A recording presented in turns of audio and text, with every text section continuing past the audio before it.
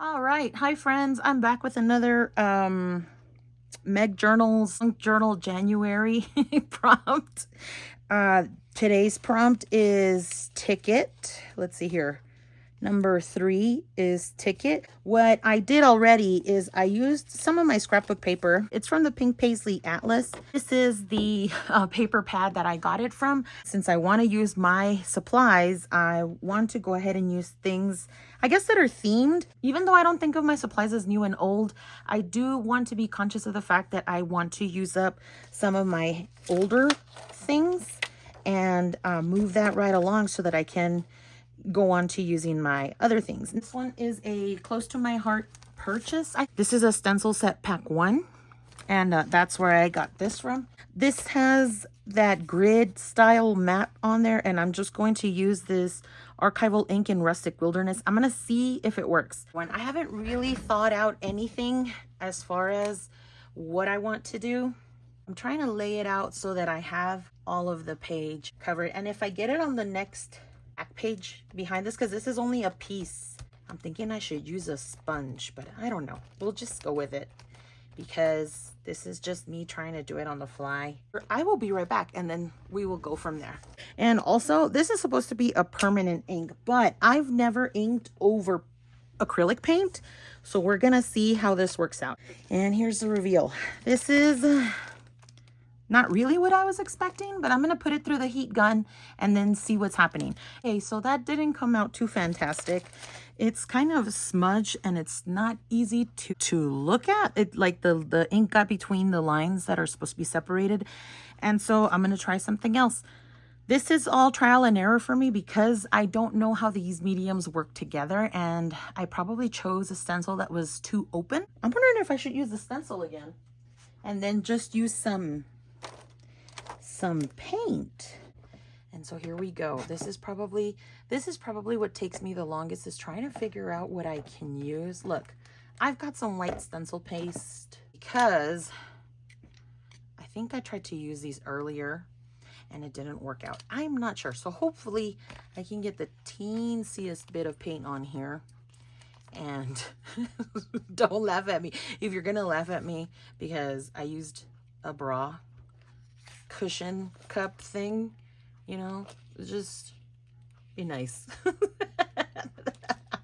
I'm just trying to be resourceful here. Okay, so hopefully this works, and this is gonna fall on my hand. This is probably the part, am I even in frame? I hope so. This is probably the part that for me takes me the longest. I am intimidated by mixed media, and I think that's the part about art journaling that really intimidates me. Now, another thing is the trial and error part. That takes so long, and I'm like, ugh, I'm over it. I want to put stuff together and see the end result now, which is why I like, that's probably the part that really entices me about scrapbooking. The embellishments are already made, and you can pre-make embellishments in art journaling. I've seen, I mean, it takes a lot of prep work, right? But that's also the thing that calls me to it. So right now it's just a transition of letting myself, oh, that's too much paint. If I get too much paint in it, then it's not going to work. But I also want enough to make sure that it does, you know, transfer.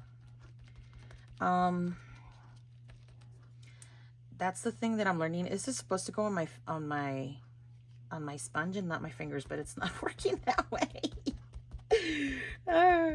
But anyway, I don't remember what I was saying, but I hope you guys get the gist. This is a new learning curve for me, and I'm really excited about it. I don't know how things are going to turn out.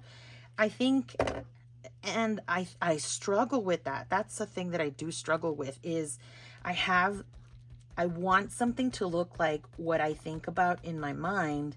And sometimes those results aren't spectacular, and then it kind of disappoints me. But I think what I should look for is the fact that I've tried it and I can try again. I think what Barbara from 49 Dragonflies says is it's just paper. And I think Louisa Heinzel says it all the time too.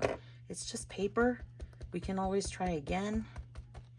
And so, let's see. That's also not coming out. But it looks better and you can see. So, I mean, is it working? I don't know. But we're going to keep trying. And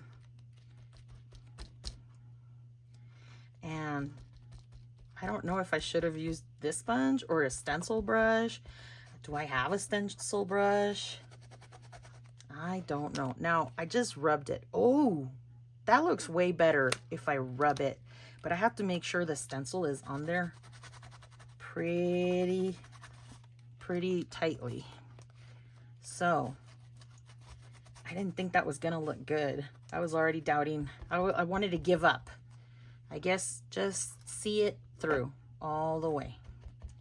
And then we can really find out whether or not that was meant to be on the page. I don't know.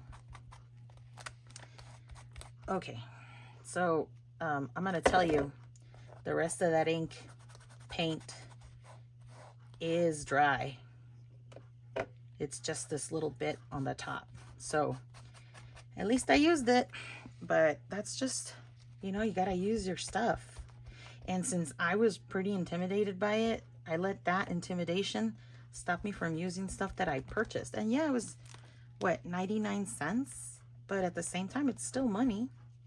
You know, this dollar could have gone towards something else. I don't know that I'm gonna get. Now I'm gonna run into real trouble because now I'm not gonna have enough. I think there's more on my fingers now than there was beforehand. And the stencil is kind of stuck to the paper, which is good for me because I need it to stay there in order for me to get that color on there pretty solidly. And I'm just gonna keep going with this. I'll be right back and I'll show you the end result. Okay, so here's the thing. This is completely dry, but if I add water to it, it turns milky. And I can use that for a wash. I did finish, I see like it's lighter white in some and then darker in another. Wasted that. And this is what I'm doing. I'm rubbing some of the paint and then I'm just going to keep pressing. And what I wanted to do as well is I'm going to run the heat gun through it again. All right, not too bad. Is it good? No. But you know what? I'm not disappointed. Can you see it better now that the green is not behind it? Not too bad. I don't mind it. I'm just going to leave it like that. What I did want to do is make a pocket out of this.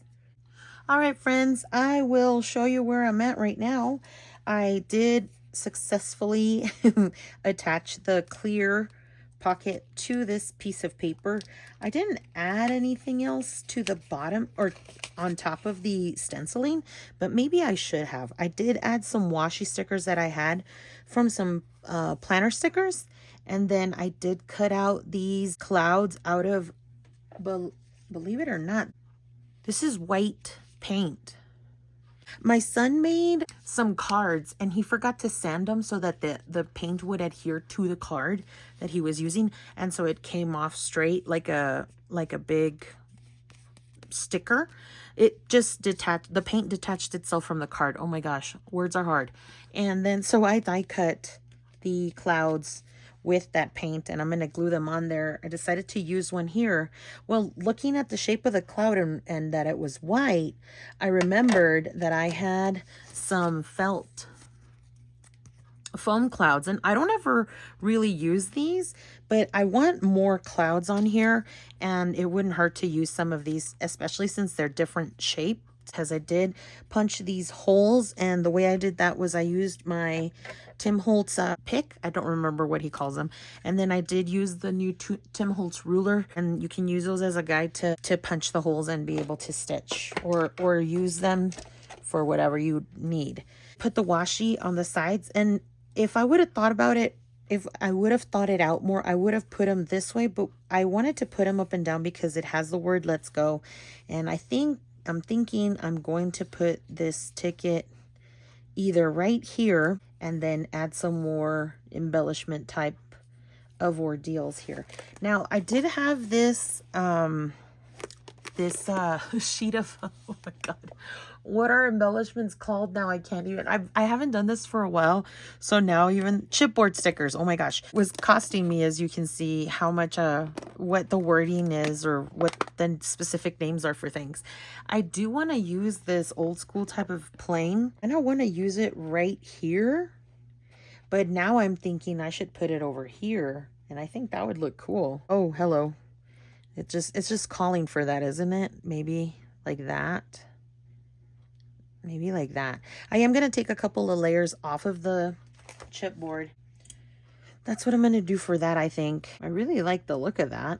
I don't know where I'm going to end up with it, but if I put it here, I kind of like that because it's under that Love It right there. And then I die cut some using this new die set that I got a while back. This is Vault World Travel, and I just cut the globe. So I did use this, and I cut those just in plain black cardstock. And like I said, I'm gonna put it together and then I'll come back when it's done. All right, so here is the end result. I did end up putting the plane right here with a couple of these clouds. I really like how the two different clouds went together. I'm glad that I'm using older product like these. I've had these forever, and I put go everywhere. This is acting like a hyphen because I think everywhere is one word. Oh my God, now I'm gonna doubt myself. Do you ever do that? And then I put these arrows. I usually am not an arrow person, but I kind of put them everywhere just kind of to add to the movement of the paper. I probably would have done a lot more had it not been for this stencil snafu, but I do like the stitching that I did here. And then I'm going to add some of the multimedia mat to this plane because it's already curving, but I did take off a couple of layers for it. Overall, I'm pleased with how the page came out, and I'll go ahead and label it somewhere. So that's the end of my video. Thank you so much for joining me. Please comment, like, and subscribe if you haven't already, and I'll see you for the next prompt. Bye.